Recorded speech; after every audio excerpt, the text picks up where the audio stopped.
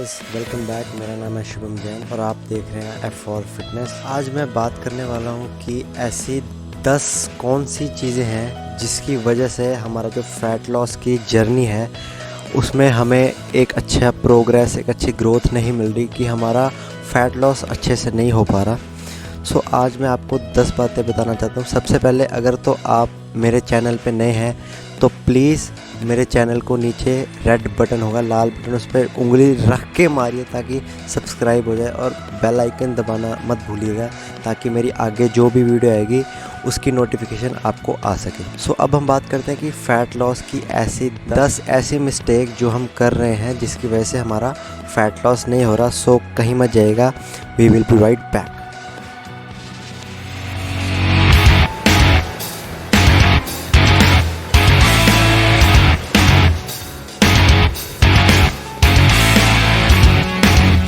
सबसे पहले मैं आपको सिंपली एक चीज़ बताना चाहता हूँ कि अगर आपको अपना फैट लॉस करना है तो हमें अपनी जो कैलोरी है उसको डेफिसिट में रखना ही होगा। ये एक गोल्डन रूल है। अगर आपको वेट लॉस करना है, not weight loss, it must be a fat loss. अब हम बात कर लेते हैं कि ऐसी 10 कौन सी चीज़ें हैं जिसकी वजह से हमारा फैट लॉस नहीं हो पा रहा। अगर आप मेरे साथ इंस्टाग्राम पे जुड़ना चाहते हैं, क्योंकि मैं वहाँ पे कुछ ना कुछ फिटनेस रिलेटेड नॉलेज डालता रहता हूँ, सो लिंक उसका डिस्क्रिप्शन में है। पहली मिस्टेक है वेट ट्रेनिंग ना करना। हम सब ये सोचते हैं कि वेट ट्रेनिंग से अच्छा है हम कार्डियो कर लेंगे, बट नहीं। वेट ट्रेनिंग से क्या होता है, हम पहले ही अपना कैलोरी डेफिसिट में होते हैं जिसकी वजह से हमारा जो मसल मास है वो गिरना शुरू हो जाता है। So at the end weight loss तो होता है लेकिन वो फैट लॉस नहीं होता, वो सिर्फ मसल लॉस होता है। सो उसको मसल लॉस को प्रिजर्व करने के लिए हम वेट ट्रेनिंग करते हैं, और वो बहुत ज़्यादा ही ज़रूरी है, क्योंकि जितना ज़्यादा मसल मास होगा उतनी हमारी बॉडी को एनर्जी लगेगी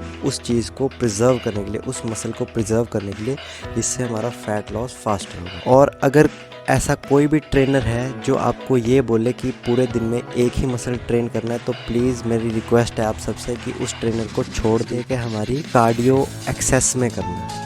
सबको ये लगता है कि कार्डियो करने से, रनिंग करने से वेट लॉस होता है। हाँ ठीक है, वेट लॉस होता है, लेकिन ओनली मसल लॉस होता है, बहुत ही कम फैट लॉस होता है। हमें कोशिश करनी चाहिए कि फ़ैट लॉस के ऊपर ज़्यादा ध्यान देना चाहिए, ना कि वेट लॉस के ऊपर, क्योंकि वेट तो या तो मसल या तो फैट दोनों से होगा, लेकिन हमें सिर्फ फैट ही उड़ाना है, मसल तो नहीं उड़ाना। हाई प्रोटीन डाइट, अभी मैंने आपको बताया कि हमें अपना मसल मास प्रिजर्व करके रखना पड़ता है जिसकी वजह से हमारा फैट लॉस होता है। तो ये मसल मास कैसे प्रिजर्व होगा, यहीं पर आता है हमारा तीसरा पॉइंट जो है हाई प्रोटीन डाइट। हमें अपनी बॉडी का कम से कम 2.2 ग्राम्स पर केजी ऑफ बॉडी वेट के हिसाब से प्रोटीन लेना चाहिए, जो हमारे मसल की मैक्सिमम ग्रोथ करेगा। ये ग्रोथ हमारे मसल को बढ़ाने में हेल्प करेगी, और यही जो मसल हमारा इंक्रीज्ड हो जाएगा साइज में, वो हमारे फैट लॉस में हेल्प करेगी। नंबर 4, बहुत लोग हैं, ऑलमोस्ट 100 में से 90 लोग हैं, वो ये सोचते हैं कि आज हम जिम लगे हैं या आज हमने कुछ भी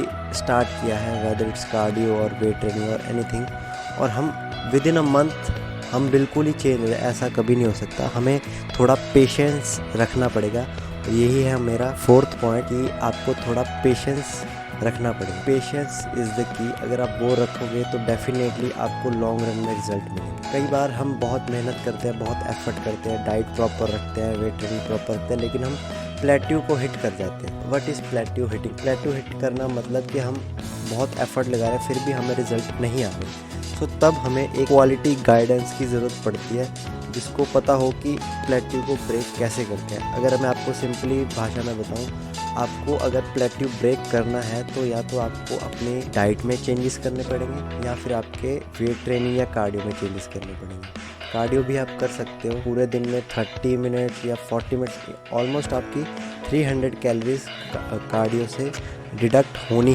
चाहिए। प्रोग्रेसिव ओवरलोड, ये एक ऐसी चीज़ है जो बहुत ही कम लोग करते हैं। प्रोग्रेसिव ओवरलोड में होता है, अगर हम पहले 10 केजी से बेंच प्रेस लगा रहे थे तो अब हमें उसको overload in the sense weight बढ़ाना पड़ेगा, 12 केजी, 15 केजी, ऐसे हमें प्रोग्रेस, क्योंकि हमारी बॉडी भी तो प्रोग्रेसिंग स्टेज पे है।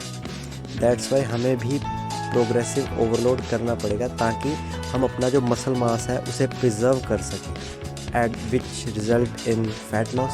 नीट को इंक्रीज करना। What is NEAT? NEAT is non exercise activity thermogenesis. Means हम एक्सरसाइज के अलावा जो भी काम करते हैं, जो भी ऐसी एक्टिविटी करते हैं जिससे हमारी कैलोरीज बर्न होती है। फॉर एग्जांपल अगर आप कुकिंग करते हैं, अगर आप वॉक, कई बार ऐसा होता है कि हम स्टेयर्स नहीं लेते, हम लिफ्ट ले लेते हैं। उसकी जगह हमें स्टेयर्स यूज़ करनी चाहिए। हमें खुद के काम खुद करने चाहिए, लेथार्जिक नहीं होना चाहिए। इसके लिए आप कोई अच्छा सा फिटनेस ट्रैकर बैंड ले सकते हो और कम से कम एक टारगेट सेट कर सकते हो कि मुझे 10,000 स्टेप्स पर डे रोज़ चलने ही चलने, जिससे आपकी नीड इंक्रीज़ होगी और इन द एंड वो आपके कैलोरीज में बर्न में हेल्प करेगा, जिससे हमारा फैट लॉस फास्टर। 8th आता है मेजर योर वेट डेली, ताकि हमें ट्रैक हो सके कि हाँ हम जो भी गाइडेंस ले रहे हैं या जो भी हम कर रहे हैं वो सही वे में कर रहे हैं, अच्छे प्रॉपर हो रहा है। फॉर एग्जांपल आज मैंने वेट चेक किया, मेरा है 70 kg एंड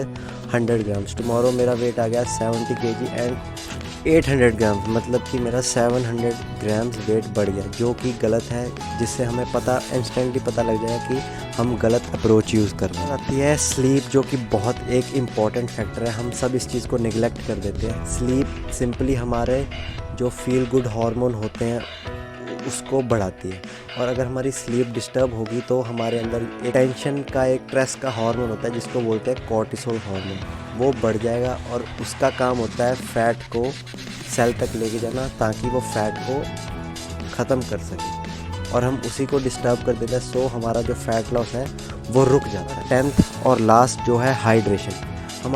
आप सबको ये पता होगा कि हमारी बॉडी 70% वाटर से बनी है।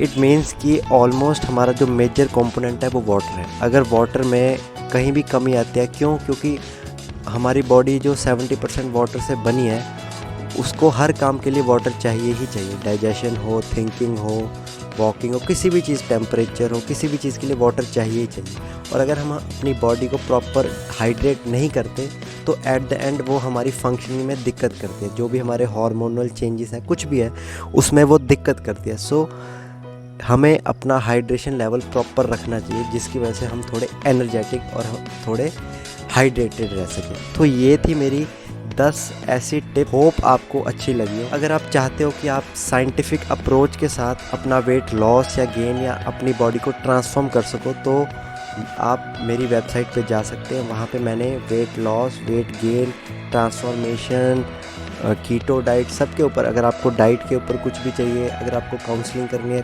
कुछ भी आपको चाहिए, तो आप नीचे कमेंट कर सकते हो। डिस्क्रिप्शन में मैंने लिंक दे रखे हैं, उसको आप जाके आप चेक कर सकते हो। अगर आपको ये मेरी वीडियो अच्छी लगी और आप मुझे सपोर्ट करना चाहते हो तो प्लीज़ आप सब्सक्राइब बटन दबा दीजिए और इसको उन लोगों के साथ शेयर कीजिए जो अपनी ट्रांसफॉर्मेशन जर्नी में है। सो होप आपको ये मेरी वीडियो अच्छी लगी होगी, और फिर मिलते हैं आपको अगली वीडियो में बहुत ही जल्द। तब तक के लिए खुश रहिए, अपना ख्याल रखिए, स्टे फिट एंड हेल्दी।